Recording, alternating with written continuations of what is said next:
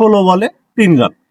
এটা একজন ক্যাপ্টেন, উনি কিন্তু একজন ক্যাপ্টেন ছিল। লিটনকে দিয়ে কিন্তু আমরা টি-20তে ভালো একটা ক্যাপ্টেন্সি খুঁজে পাইছি। ওয়ান ডে ক্যাপ্টেন্সি আবার লিটনকে দিয়ে লিটনকে সেই চাপটা দিতে চাচ্ছেন কেন? আসসালামু আলাইকুম, আমি শাওন। আমরা জানি যে ওয়ান ডেতে কে ক্যাপ্টেন ছিল? নাজমুল শান্ত। তাকে সরিয়ে দিয়ে এখন বর্তমানে মেহেদী হাসান মিরাজ। মেহেদী মিরাজ কেন ক্যাপ্টেন? মেহেদী মিরাজ আমরা জানি যে একজন অলরাউন্ডার একটা ছেলে। উনি কিন্তু ব্যাটে এবং বলে দুই দিক থেকে পারফরমেন্স করে। তার মাথায় ক্যাপ্টেন্সি দিয়ে দেওয়া হলো। আসলে ক্যাপ্টেন্সি বিষয়টা কি এত সহজ?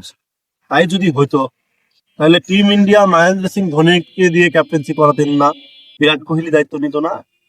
শেষ প্রজন্মে আমরা জানি রোহিত শর্মা, তিনি ভালো ক্যাপ্টেন্সি করে গেলেন।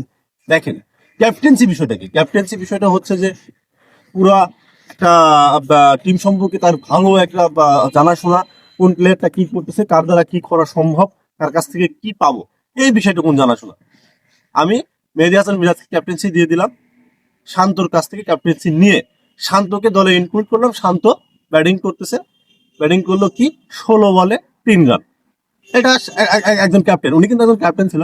আমার মনে হয় উনি রাগ বশতই এই ধরনের একটা ইনিংস খেলেন। আসলে ভাই 16 বলে 3 রান, ওটা তো আপনার মতো আমার মতো একটা ছেলেকেও যদি 16 বল খেলার একটা দায়িত্ব দেওয়া হয়, ওখানে 3 রান বোধহয় আমিও করবো না।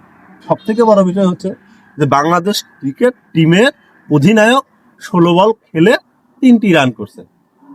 হাউ ফানি, এটা মজা ছাড়া আমার মনে হয় কিছু নাই। শান্ত যখন ওয়ানডে ক্যাপ্টেন ছিল তখন কিন্তু শান্ত দলে কিন্তু ভালো ফর্মেই ছিল। 30, 35, 40, 50 এভাবে কিন্তু একটা ভালো রান কিন্তু শান্ত করে যাচ্ছিল। জানি না কেন শান্তকে সরিয়ে দিয়ে আবার মেহেদী মিরাজকে নেওয়া হলো। আবার শুনতেছি যে মেহেদী মিরাজ এই যে 2টা সিরিজ বাজে ক্যাপ্টেন্সি করছে, যার কারণে মেহেদীকে আউট করে দিয়ে লিটনকে আবার ক্যাপ্টেন্সিতে নিয়ে আসা হবে।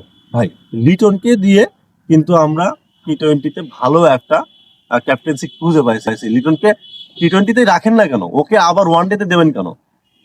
টি-20তে ফোকাস রাখেন লিটনকে। ওয়ান ডে ক্যাপ্টেন্সি আবার লিটনকে দিয়ে লিটনকে সেই চাপটা দিতে চাচ্ছেন কেন? এগুলো অযৌক্তিক। 1, 2, 3টা সিরিজ দিয়ে অ্যাকচুয়ালি কখনো কোনো ক্যাপ্টেন্সি কিন্তু যাচাই করা যায় না। 1, 2, 3 বছর সময় দেন।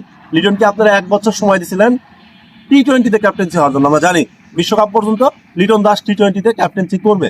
দেখেন লিটন কিন্তু তার ক্যাপ্টেন্সিকে গুছিয়ে নিয়েছে এবং তার ফলাফল বাংলাদেশ খুব সুন্দর একটা স্টেজে আছে টি-20 ফরম্যাটে। আমরা আফগানিস্তানের মতো একটা বড় দলকে 3-0 ব্যবধানে সিরিজ হারালাম।